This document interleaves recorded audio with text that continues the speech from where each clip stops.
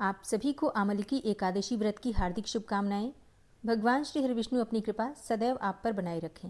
आज है 27 फरवरी 2026 और दिन है शुक्रवार और आज है फाल्गुन मास की शुक्ल पक्ष की आमलकी एकादशी, जिसे आंवला एकादशी और रंग भरी एकादशी के नाम से भी जाना जाता है।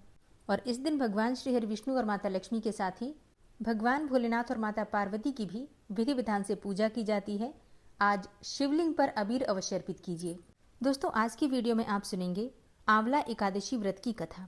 आज की कथा का प्रारंभ करते हैं भगवान श्री हरिविष्णु की स्तुति से, जिनकी आकृति स्वरूप अतिशय शांत है, जो जगत के आधार व देवताओं के भी ईश्वर हैं, जो शेषनाग की शैया पर विश्राम किए हुए हैं, जिनकी नाभि में कमल है और जिनका वर्ण श्याम रंग का है, जिनके अतिशय सुंदर रूप का योगी जन ध्यान करते हैं, जो गगन के समान सभी जगहों पर छाए हुए हैं, जो जन्म मरण के भय का नाश करने वाले हैं, जो संपूर्ण लोकों के स्वामी हैं, जिनकी भक्तजन वंदना करते हैं, ऐसे लक्ष्मीपति कमल नेत्र भगवान विष्णु को अनेकों प्रकार से विनती करके मैं प्रणाम करता हूँ।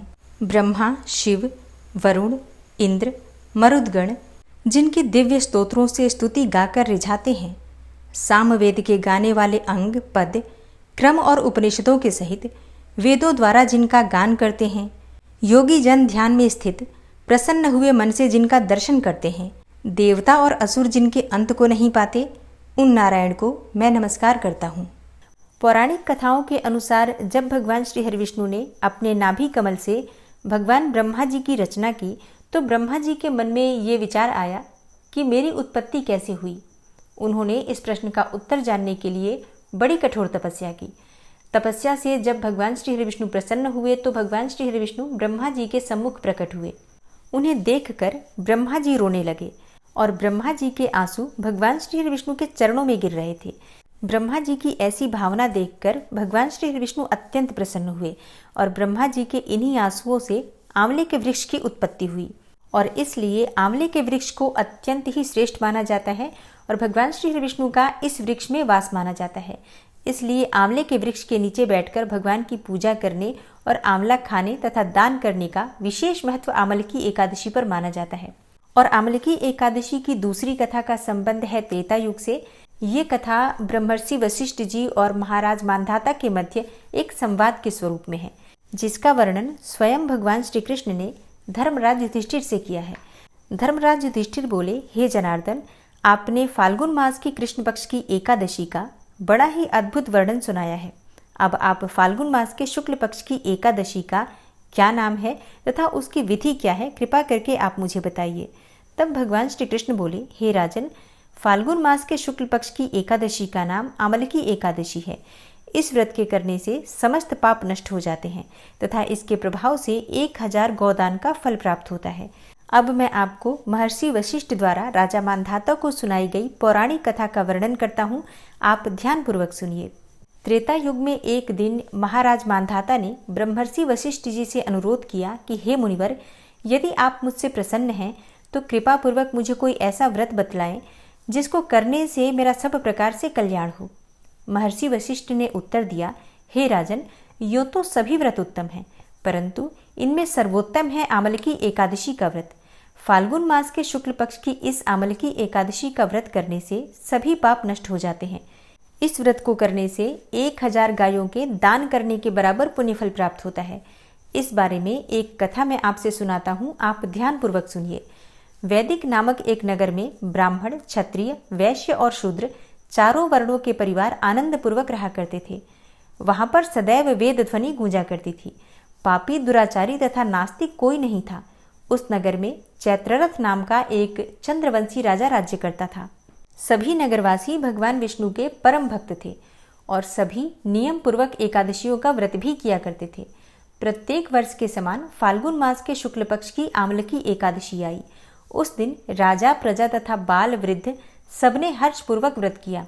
राजा अपनी प्रजा के साथ मंदिर में जाकर कुंभ स्थापित करके धूप, दीप, नैवेद्य और पंचरत्न आदि से धात्री अर्थात आंवले का पूजन किया और पूजन करके इस प्रकार से स्तुति करने लगा, हे धात्री, आप ब्रह्मा जी द्वारा उत्पन्न हुए हो और समस्त पापों का नाश करने वाले हो, अतः आपको नमस्कार है।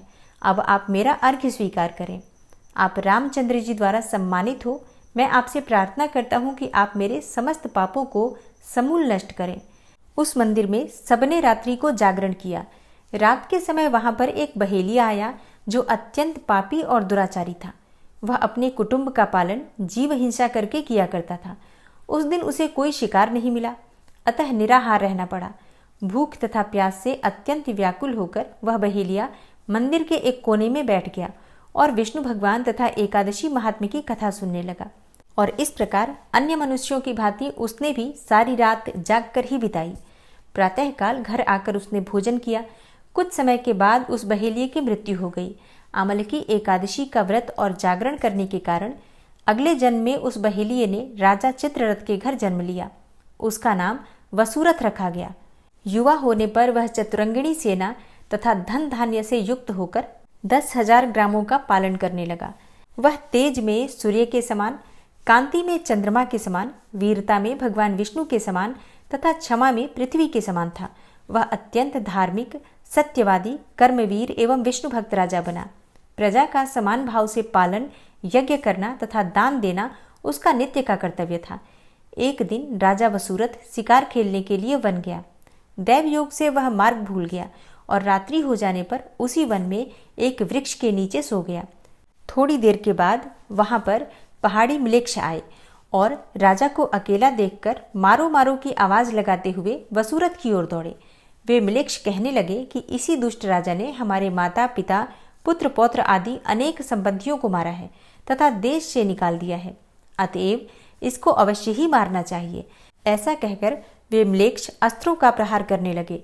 अनेकों अस्त्र शस्त्र राजा के शरीर पर गिरते ही नष्ट हो जाते और उनका वार पुष्पों के समान प्रतीत होता था। अब उन म्लेच्छों के अस्त्र शस्त्र उल्टा उन्हीं पर प्रहार करने लगे, जिससे वे घायल होने लगे। इसी समय राजा को भी मूर्छा आ गई। उस समय राजा के शरीर से एक दिव्य स्त्री उत्पन्न हुई। वह स्त्री अत्यंत सुंदर वस्त्रों तथा आभूषणों से अलंकृत थी, मगर उसकी भ्रिकुटी टेढ़ी थी और आंखों से लाल लाल अग्नि निकल रही थी। वह स्त्री म्लेच्छों को मारने दौड़ी और थोड़ी ही देर में उसने सब म्लेच्छों को काल के गाल में पहुंचा दिया।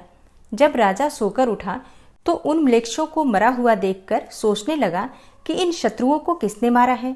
वह ऐसा विचार कर ही रहा था कि तभी आकाशवाणी हुई, हे राजा, इस संसार में विष्णु भगवान के अतिरिक्त कौन तेरी सहायता कर सकता है।